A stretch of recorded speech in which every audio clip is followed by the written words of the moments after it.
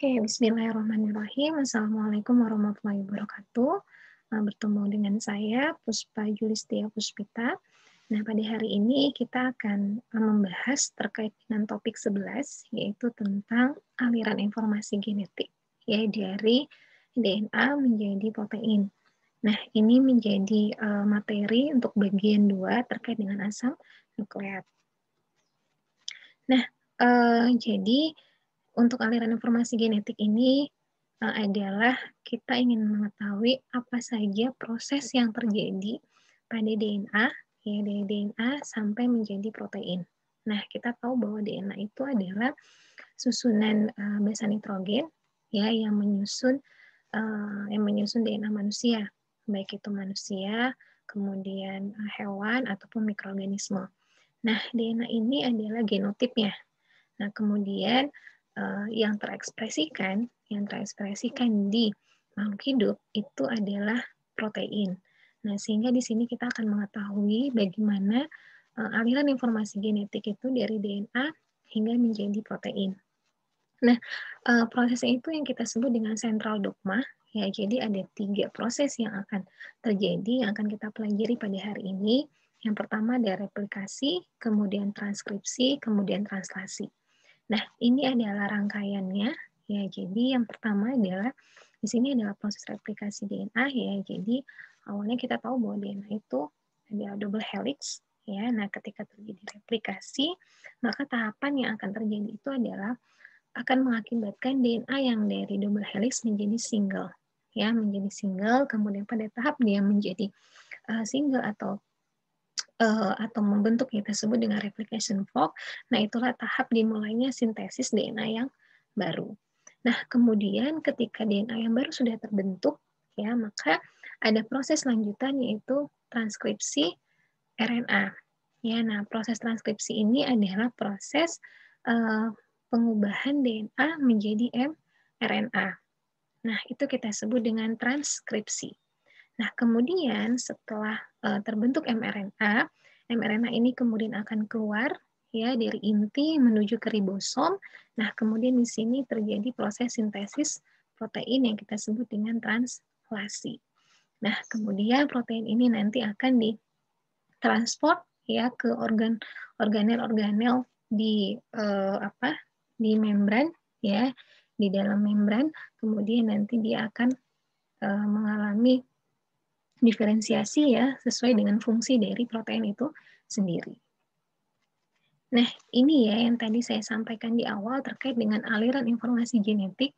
Berarti ini adalah gen yang menyusun genom makhluk hidup ya, yang terdiri dari basa-basa nitrogen ya, basa-basa nitrogen ya. Jadi ingat di perkuliahan yang lalu ada basa purin dan ada basa pirimidin. Dan itu yang menyusun genom makhluk hidup. Nah, kemudian DNA itu mengalami transkripsi ya. Di sini ada proses ada RNA processing ya. Kemudian di sini akan menghasilkan yang namanya mRNA. Nah, mRNA ini kemudian akan keluar dari inti ya untuk mengalami proses translasi, kemudian akan menghasilkan yang kita sebut dengan protein. Jadi inilah yang disebut dengan aliran informasi genetik. Nah, kita akan bahas ya satu persatu ya, semoga nanti bisa dipahami. Nah, yang pertama ada replikasi. Jadi proses replikasi ini terjadi di inti ya, terjadi di dalam inti. Jadi sebenarnya ini menunjukkan bagian di dalam inti sel ya. Jadi di sini ada membran. Jadi yang melindungi antara inti dengan sitoplasma itu adalah membran inti. Ya, nah ini adalah sel ya. Nah, di sini inti sel, di dalam inti sel ini ada yang kita sebut dengan DNA. Ya, nah disinilah proses yang terjadi replikasi DNA itu terjadi di inti. Nah, kemudian di membran inti sel ini dia melindungi antara inti ya dengan sitoplasma. Di dalam sitoplasma ini banyak organel-organel ya, termasuk ribosom itu ada di sitoplasma. Nah, proses replikasi DNA atau duplikasi DNA itu terjadi di inti. Ya, begitu juga dengan transkripsi itu juga terjadi di inti sel. Ya. Nah, kemudian setelah terbentuk mRNA, ya mRNA ini dia sudah siap untuk keluar dari inti sel ya menuju sitoplasma. Nah, di dalam sitoplasma ini nanti mRNA akan diikat oleh yang namanya ribosom. Nah, kemudian disinilah proses terjadinya translasi protein. Oke, nah itu ya secara umum terkait dengan tahapan atau aliran informasi genetik dari DNA ke protein. Nah, kemudian di sini kita masuk ke teori replikasi. Ya, jadi sebenarnya teori replikasi itu ada 3 ya. Jadi ada replikasi konservatif, ada semi konservatif, dan replikasi dispersif. Nah, pada makhluk hidup ini adalah replikasi semi konservatif.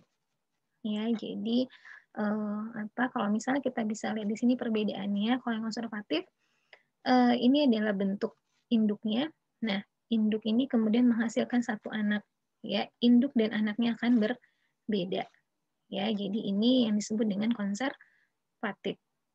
Nah, sedangkan replikasi konservatif, nah di sini bisa kita lihat ya dari induk yang memiliki double strand yang sama, ya di sini kemudian dia masing-masing strand itu akan terpisah, ya kemudian akan melakukan perkawinan sehingga nanti akan dihasilkan induk akan dihasilkan anak yang membentuk kalau misalnya kita lihat di sini induk dan anak itu sama, ya. Jadi di sini dikatakan bahwa induk pisah menjadi 2, masing-masing pisahan itu akan membentuk anak induk dan anak yang sama. Jadi ada anak induk ya di sini kan. Jadi anaknya mirip dengan induknya, kemudian juga anak yang sama. Ya, ada yang sama. Nah, ini ada replikasi semi konservatif. Nah, kalau dispersif ini bisa kita lihat ya, induk menghasilkan anak yang berselang-seling dengan induk. Ya, jadi ini yang berselang-seling. Ya. Nah, ini sehingga akan menghasilkan induk dan anak itu sama. Ya. Jadi induk dan anaknya sama. Oke, ya itu. Nah, paling pada makhluk hidup replikasi yang terjadi itu adalah replikasi semi konservatif, di mana nanti double strand itu dia akan mengalami denaturan, ya akan terpisah, ya baik dari double strand menjadi single strand. Nah, kemudian dari single strand itu masing-masing akan membentuk atau mensintesis DNA yang baru, ya. Nah, sehingga memang tipe replikasi yang terjadi itu di makhluk hidup sebagian besar adalah replikasi semi konservatif. Nah, ini adalah mekanisme replikasi, kita coba bahas. Ya, yang pertama adalah proses replikasi DNA diawali dengan denaturasi, ya atau pemutusan ikatan antara untai DNA yang satu dengan untaian komplemennya secara enzimatis. Kemudian denaturasi awal terjadi pada bagian DNA yang dikenal sebagai ORI. Ya, jadi ada origin of replication ya atau titik awal replikasi. Nah, jadi di kalau misalnya titik ORI ini ya ada pada mikroorganisme ya, jadi mikroorganisme ini dia plasmidnya itu memiliki yang disebut dengan ORI, ya origin of replication. Nah, ini ada titik awal replikasi di mana proses denaturasi itu akan terjadi di di bagian ORI untuk pertama. Kemudian untaian DNA itu membentuk struktur yang disebut dengan replication fork. Nah, jadi akan strukturnya itu akan membentuk seperti garpu. Nah, di sini ya. Jadi ini adalah origin of replication-nya, ya sehingga nanti proses denaturasi itu akan terjadi di daerah ini. Ya. Nah, kemudian di sini ya kita bisa lihat ya. Nah, ini adalah pembentukan replication fork. Ya, jadi di sini ya, jadi ketika proses denaturasi itu mulai terjadi, maka akan membentuk yang namanya replication fork.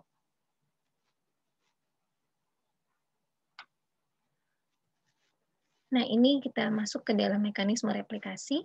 Ya, jadi yang pertama ini adalah enzim yang bekerja pada saat proses replikasi yang terjadi. Yang pertama DNA helikase.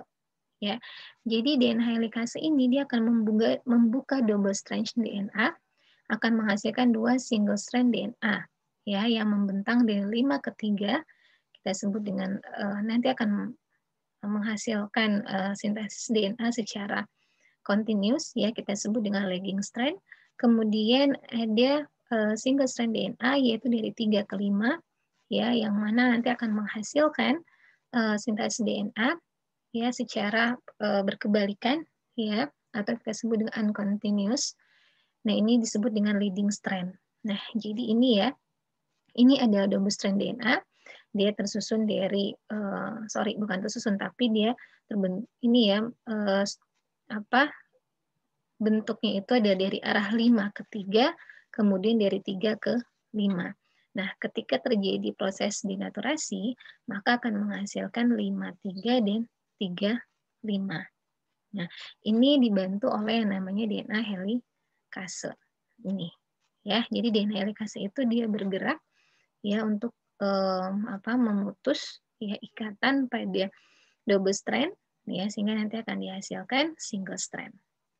Nah, kemudian pada saat proses denaturasi, ketika DNA helikase ini bekerja, maka akan ada yang disebut dengan single strand binding protein atau SSB. Nah, ini SSB. SSB ini perannya itu adalah untuk mencegah agar agar si double strand ini itu yang awalnya dia double strand kemudian menjadi single. Nah, itu karena ada kejadian helikase sehingga SSB ini membantu agar tidak terbentuk lagi double strand. Ya, selain itu ya SSB ini juga akan menjaga agar si SSB ini tetap lurus dan tidak bengkok. Ya, jadi tetap seperti ini ya. Nah, sehingga nanti kalau misalnya bengkok itu akan mengakibatkan terjadinya gangguan dalam proses replikasi. Ya, sehingga memang ketika terjadi proses sintesis DNA, single strand ini harus dalam keadaan yang lurus dan tidak membengkok. Nah, ini penting ya untuk kerja enzim yang mensintesis untai DNA baru. Ya. Nah, ini peran dari SSB. Jadi, ketika DNA helikase ini bekerja yang membentuk replication fork, nah kemudian langsung SSB ini dia menstabilkan ya single strand yang dibentuk. Oke, nah itu. Kemudian yang kedua ada DNA polimerase. Ya. Nah, DNA polimerase ini ya perannya itu adalah untuk mensintesis untai DNA baru dengan menginkorporasikan DNTP ke ujung OH3 primer. Nah, jadi ini ada DNA polimerase ya. Jadi ketika terbentuk replication fork, nah kemudian dilanjutkan dengan penempelan primer. Nah, di sini tadi ya ada penempelan primer, itu enzim yang berperan ada primase. Nah, primase ini akan membantu untuk penambahan short primer. Ya, jadi primer ini dia adalah RNA ya karena dia single strand dan basa nitrogennya itu terdiri dari 11 sampai 20 ya tergantung jenis primer yang digunakan. Nah, rata-rata kalau misalnya primernya itu universal, itu kisaran 11 sampai 20. Nah, ini menempel ya. Jadi kalau misalnya ini adalah kita sebut dengan lagging strand ya. Jadi ini adalah lagging strand karena dia nanti akan menghasilkan sintesis DNA yang yang forward ya. Nah, yang perlu diperhatikan adalah bahwa proses sintesis DNA itu selalu dari arah 5 ke 3. Ya. Kenapa? Karena pembacaan pembacaan template itu adalah 3 ke 5. Ya, jadi kalau misalnya ini ya untuk strandnya 5-3, maka pembacaan dimulai dari 3 ke 5. Sehingga nanti sintesis yang ini adalah leading 5 ke 3. Kemudian kalau template-nya itu adalah 3-5, maka pembacaan dari arah kiri ke kanan. Ya, tapi sintesis tetap bukan dari sini. Dari 5 ke 3.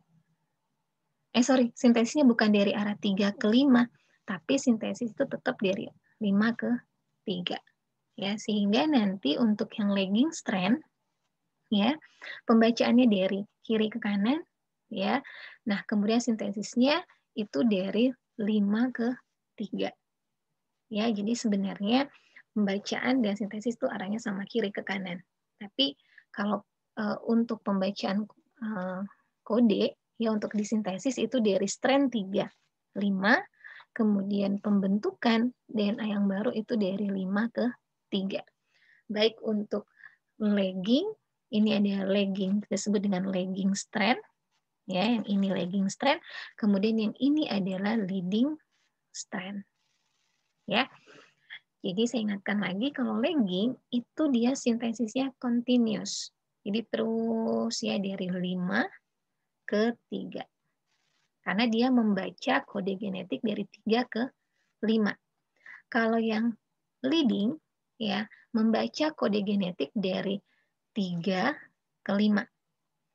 Nah, sintesisnya dari 5 ke 3. Sehingga nanti kalau lagging ini akan menghasilkan yang kita sebut dengan fragmen Okazaki. Nanti di slide selanjutnya nanti ada. Oke ya. Tuh, nah kita lanjut lagi tadi ya terkait dengan primer. Jadi ada primer ya. Ini adalah untuk inisiasi sintesis protein. Nah, primer ini dia melekat. Nah, jadi di sini ya. Kalau misalnya pada leading strand, primernya menempel nih di sini di awal dia komplement ya dengan cetakan. Kemudian nanti di sini ada kerja dari DNA polimerase mulai menempel nih di sini. Nah, kemudian dia akan terus ya membentuk utas DNA yang baru dengan menambahkan DNTP. Nah, DNTP ini dia ada adenin, guanin, sitosin, timin. Ya, ini adalah paket DNTP. Ke ujung 3-OH primer. Ya, nah ini untuk yang leading sehingga memang proses sintesisnya itu continuous. Oke. Nah, kemudian untuk yang lagging, nah kalau yang lagging primernya menempel di sini nih. Jadi bukan di ujung 3-OH, tapi di sini. Ya, di ujung 5. Ya, untuk yang lagging. Ya, sehingga nanti di sini dia menempel primer, kemudian dia mensintesis dari arah 5 ke 3. Ya, nah kemudian nanti primase itu akan bekerja lagi untuk menempelkan primer di sini. Nah, kemudian DNA polimerase nanti menempel di sini, kemudian dia bekerja lagi mensintesis dari arah 5 ke 3. Seperti itu terus. Ya, jadi arah sintesisnya itu ke 5 ke 3. Oke ya. Nah, ini peran dari DNA polimerase untuk perpanjangan. Nah, ya, ini masih sama. Oke. Nah, kemudian kita tadi ingin mengetahui yang disebut dengan leading strand. Ya, jadi kalau leading strand, DNA polimerase mensintesis untai DNA baru dengan arah 5 ke 3 secara kontinu. Nah, arah 5 ke 3 ini ada sesuai dengan sintesis untai DNA yang baru. Kalau DNA yang baru itu adalah pasangannya. Kalau ini adalah 35, maka pasangannya 53. Ya, makanya dia akan selalu sama. Ya. Oke. Karena tadi pada saat denaturasi itu dibentuk single strand yang 53, maka pasangannya 35. Kemudian yang ini ya single strandnya 35, yang bawah maka pasangannya itu adalah sama 53, jadi dibentuk di atasnya. Nah, jadi kalau yang ini kita sebut dengan leading karena arahnya itu forward. Nah, kemudian yang selanjutnya adalah lagging karena arahnya itu berkebalikan. Ya, seperti itu. Nah, ini lagging. Ya, jadi DNA polimerase itu tetap mensintesis dari arah 5 ke 3. Ini arah untai DNA yang baru itu 5 ke 3. Ya. Pembacaannya dari 3 ke 5. Karena tadi pembacaan untuk template itu dari 3 ke 5. Ya, sehingga nanti di sini primase ini menempelkan primer di sini, dia akan mensintesis dari arah 53, kemudian yang menempel lagi di sini, sintesis dari arah 5 ke 3, ya, sehingga nanti akan menghasilkan nih satu yang tidak berpasangan. Ya, nah di sini nanti akan terus seperti itu sampai semua kodenya sudah terbaca. Ya, sehingga fragmen-fragmen ini yang disebut dengan fragmen Okazaki. Ya, jadi fragmen Okazaki ini terbentuk karena sintesis dari lagging strand. Ya. Oke. Nah, ini ya lagging strand. Selanjutnya, nah ini. Nah, ini DNA polimerase 1 ini ya ketika sudah sudah semuanya ini terbaca basa nitrogennya.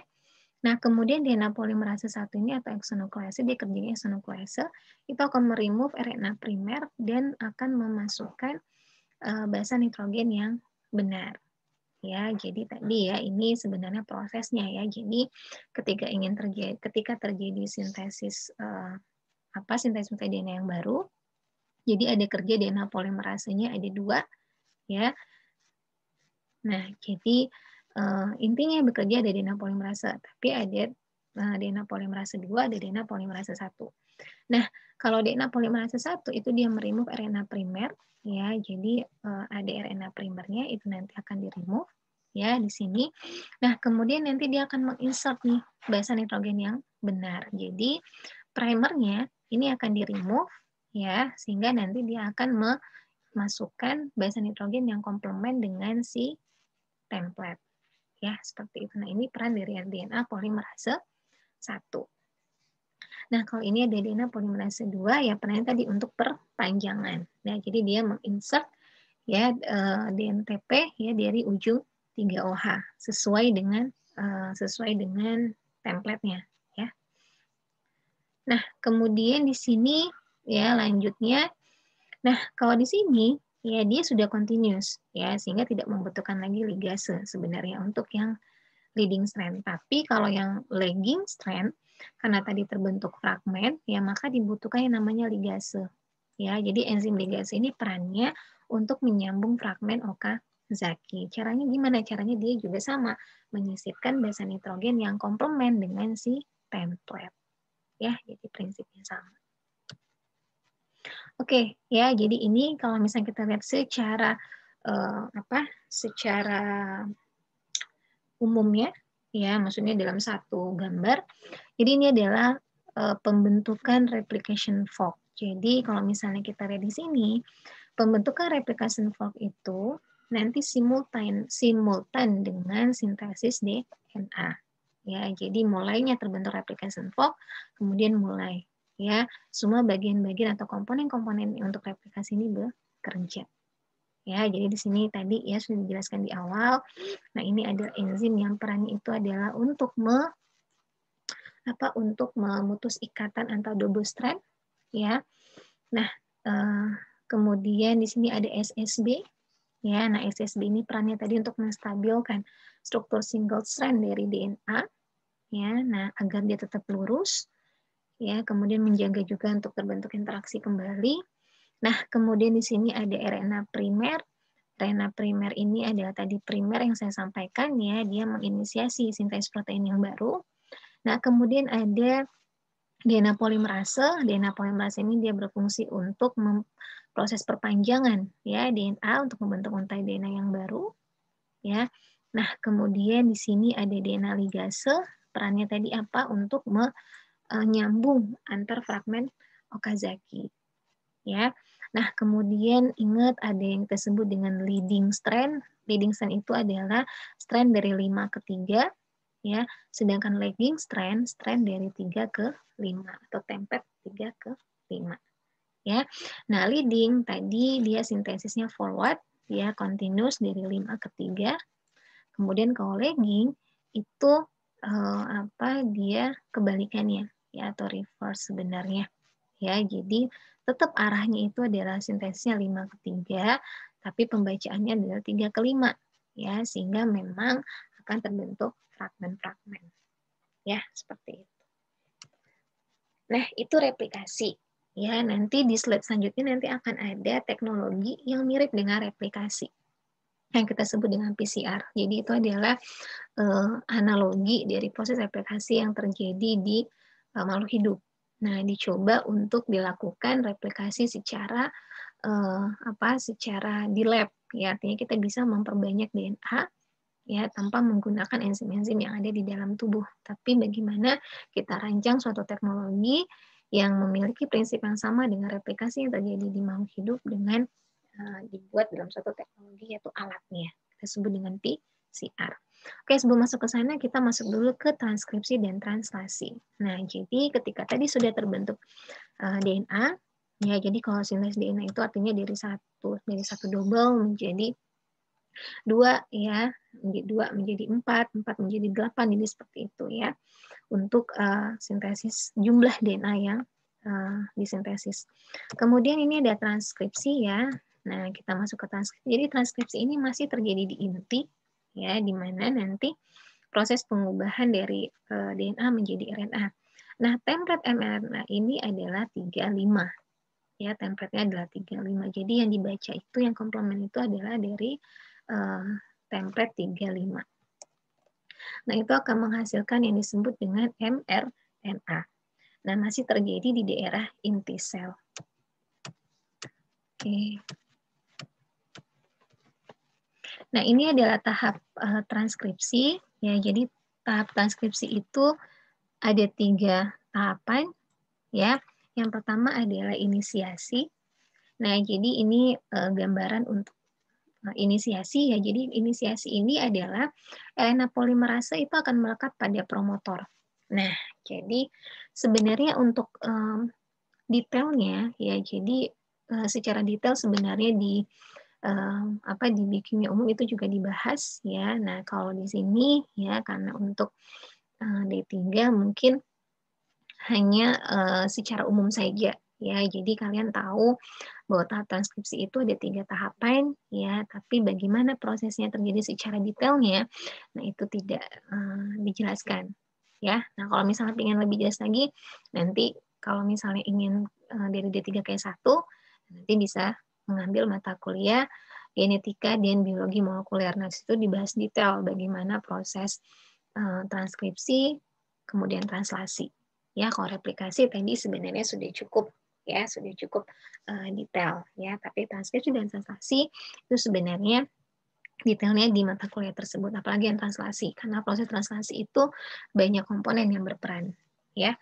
Oke, kita balik lagi ya. Jadi tahap transkripsi ini tadi tahap penempelan RNA polimerase pada promotor. Nah, promotor ini ya, jadi setiap baik eukariot ataupun prokariot itu memiliki promotor.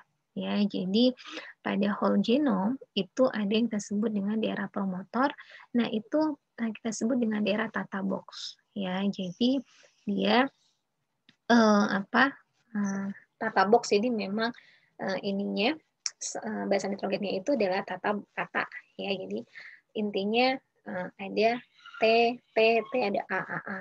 Nah, itu kita sebut dengan daerah promotor ya, baik eukariot ataupun prokariot. Nah, makanya kita sebut dengan daerah tata box. Nah, kemudian ketika sudah menempel ya,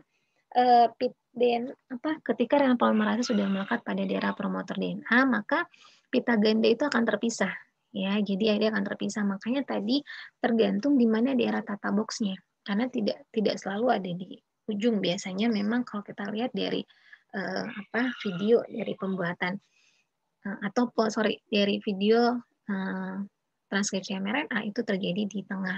Makanya memang daerah tata box itu tergantung dari di mana dia berada. Ya, sehingga nanti ketika dia sudah bertemu dengan daerah promotor, maka nanti akan mulai terpisah. Ya. Nah, di sini ya, jadi dia mulai bergerak ya dari kiri ke kanan RNA polimerasenya. Ya. Nah, yang menjadi DNA template itu adalah yang 35. Ya, sehingga nanti ketika tahap inisiasi terjadi, ya RNA polimerase melekat pada promotor, kemudian dia mulai memisahkan ya double strand ya. Nah, kemudian sintesis mRNA dimulai. Ya. Nah, kemudian dilanjutkan dengan elongasi. Jadi pada tahap elongasi ya, di mana nanti pembacaan kode itu dari 3 ke 5, maka nanti arahnya dari kiri ke kanan. Ya, di sini mRNA akan memanjang sejalan dengan enzim RNA polimerase. Jadi arahnya akan sejalan ya. Jadi sejalan dengan RNA polimerase yang bergerak sepanjang pita DNA.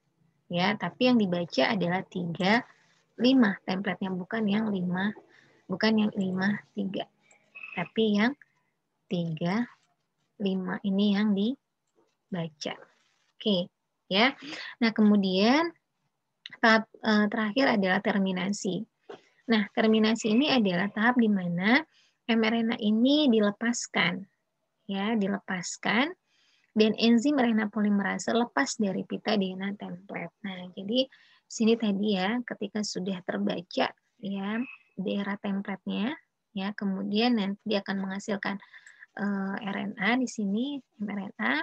Nah, kemudian nanti RNA polimerase ini akan terlepas dari pita DNA template. Ya, seperti itu. Nah, ini adalah tahap transkripsi. Jadi yang perlu diingat adalah ini ya, bahwa arah dari kerja polimerase ini dia sejalan dengan pemanjangan atau pembentukan mRNA ya. Kemudian yang kedua, template yang dibaca adalah 3, 5 ya. Jadi template yang dibawa. Jadi mRNA-nya ini yang dibentuk adalah yang komplement dengan template 3, 5. Nah, ini ya. Jadi transkripsi dimulai pada promotor. Ya, jadi dimulai pada daerah promotor. Nah, kalau misalnya daerah promotornya ini ya. Nah, kemudian di sini ya mulai mRNA-nya. Ya, jadi RNA polimerase ini bekerja ya. Nah, sesuai di mana tadi daerah promotor dari DNA. Ya, nah di sini dari upstream ya. Ada upstream atau ada downstream. Ya, nah jadi di sini ada daerah promotor nih, misalnya daerah tata box di sini. Nah, RNA polimerase melekat. Nah, sehingga nanti proses transkripsi mulai. Ya, sejalan dengan RNA polimerase. Oke, ya. Jadi ini. Nah, ini saya sebut dengan daerah tata box, ya. Nah, jadi memang bahasa nitrogennya itu ada T, ada A. Ya, ini disebut dengan daerah tata box. Oke, ya. Nah, itu jadi ini ya bisa dilihat. Nah, ini adalah tahap proses transkripsi. Ya, jadi RNA polimerase itu menempel ya pada daerah tata box. Nah, di sini ya, jadi ada daerah tata box ini ya. Nah, kemudian ini juga masuk ke dalam daerah tata box. Ya, nah sehingga nanti RNA polimerase ini ya menempel di daerah tata box. Oke ya, kemudian nanti baru mulai terbentuknya mRNA. Ya, nah kemudian ini template-nya yang 35. Nah, ini kita sebut dengan DNA coding strand karena dia mengkode basa nitrogen yang akan dibentuk untuk menghasilkan mRNA. Ya. Nah, ingat ya bahwa harus komplement. Ya, jadi kalau misalnya ini adalah template-nya 35, maka mRNA yang dibentuknya itu harus komplement. Jadi ingat pasangan purin dengan purimidin. Ya, sudah diajarkan di minggu lalu. Jadi basa purin itu berpasangan dengan pirimidin. Jadi kalau misalnya adenin berpasangan dengan timin, guanin berpasangan dengan sitosin. Ya, jadi seperti itu.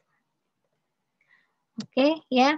Nah, ini sedikit terkait dengan RNA polimerase. Jadi, bagian-bagian polimerase itu ada alfa, ada beta. Ya, jadi ini adalah yang berperan ya. Jadi kalau alfa itu perannya untuk apa? Ya. Nah, ini jadi RNA polimerase ini ada yang disebut dengan struktur alfa, ada struktur beta. Nah, alfanya itu diduga berfungsi dalam penyusunan enzim. Nah, kemudian beta berfungsi dalam pengikatan nukleotida, ada beta aksen berfungsi dalam penempelan DNA, kemudian juga ada gamma berfungsi untuk mengarahkan agar RNA polimerase menempel pada promotor. Jadi, bagian-bagian dari RNA polimerase, nah itu memiliki fungsi yang berbeda ya pada saat prosesnya, sehingga tadi ya ada yang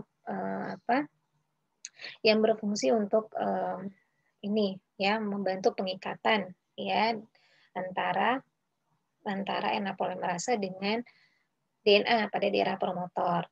Kemudian ada yang bantu mengarahkan gitu kan. Jadi ya kan kalau misalnya tidak dia mengarahkan tidak mungkin RNA polimerase ke dari kiri ke kanan gitu kan kalau tidak ada yang mengarahkan. Ya. Nah, kemudian ada yang berperan dalam pengikatan nukleotida di sini. Ya, jadi berfungsi untuk membantu pengikatan nukleotida yang terbentuk. Oke, nah jadi ini adalah bagian dari RNA polimerase. Oke, ya, nah ini disebut dengan holoenzim, ya artinya holoenzim itu ada keseluruhan dari enzim itu sendiri, ya. Nah bagian-bagiannya itu bisa dilihat.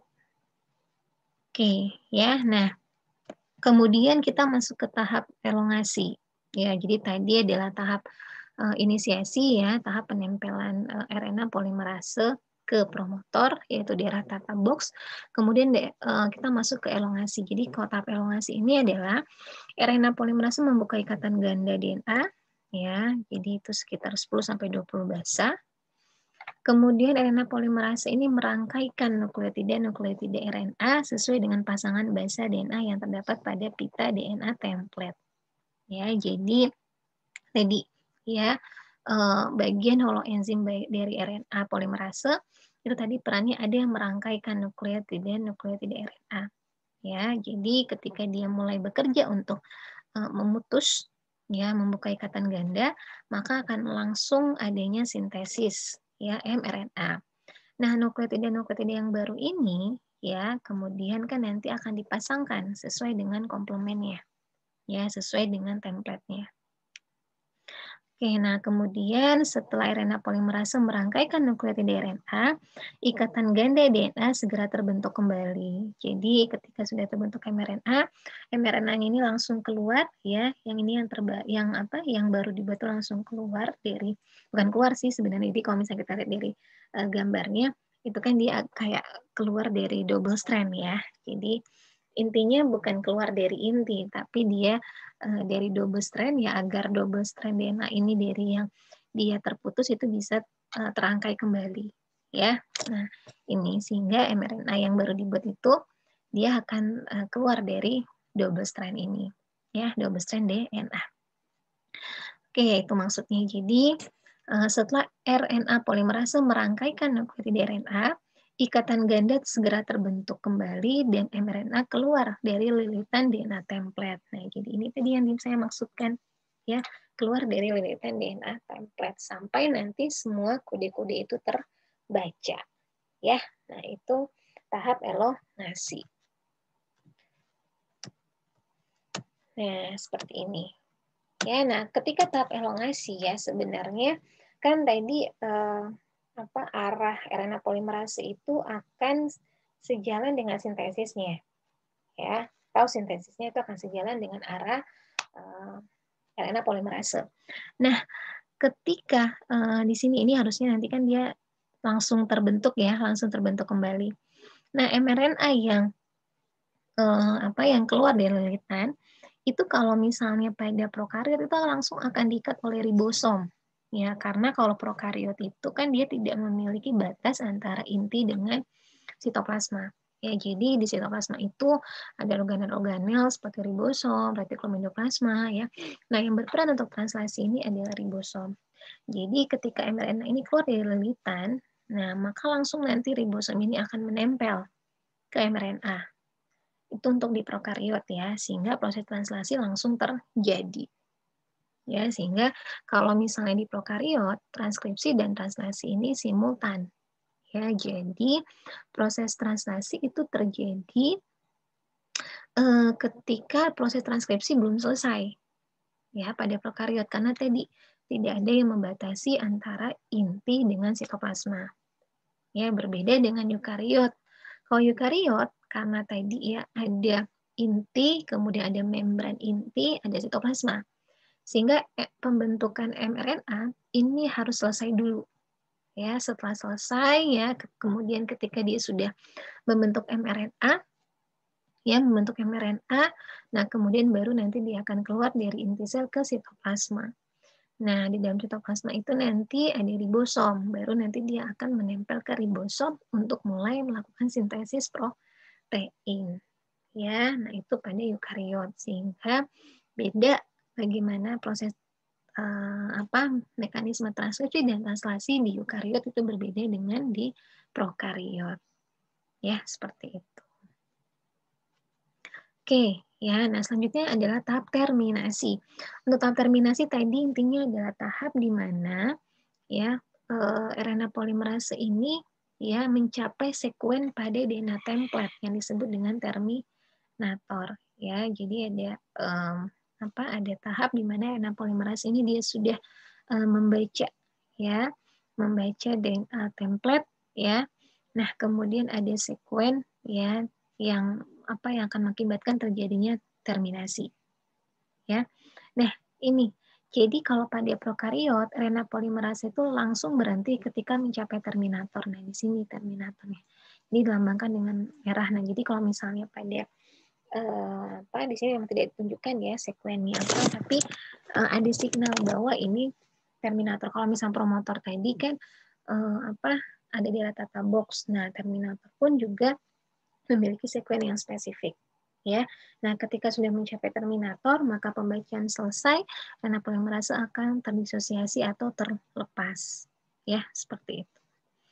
Nah, itu kalau pada eukariot. Nah, kalau pada pada prokariot. Kalau pada eukariot, RNA polimerase masih melanjutkan merangkaikan nukleotida RNA sampai beberapa ratus basa sesudah terminator, sehingga terbentuk loop. Ya, jadi itu kan makanya kalau pada eukariot, RNA itu dia dapat strukturnya itu dia membentuk loop. Ya, jadi loop itu di sini tidak ada gambarnya ya. Jadi nanti bisa dilihat ya bagaimana struktur loop. Ya, jadi kalau misalnya sini Ibu gambarkan struktur loop itu seperti ini. Jadi ada lengkungan gini. Ya, dia membentuk struktur loop seperti ini. Jadi ada loop gini. Nah, ini yang menggambarkan struktur loop dari RNA. Ya. Nah, nanti mungkin bisa coba dicari ya bagaimana struktur loop dari RNA ya, biar tahu bagaimana bentuk dari RNA. Oke, ya itu pada eukariot. Nah, beda kan? Jadi kalau pada prokariot, RNA polimerase langsung berhenti ketika mencapai terminator. Nah, kemudian kalau pada eukariot, RNA polimerase masih melanjutkan merangkaikan nukleotida RNA sampai beberapa ratus basa sudah terminator, sehingga terbentuk loop.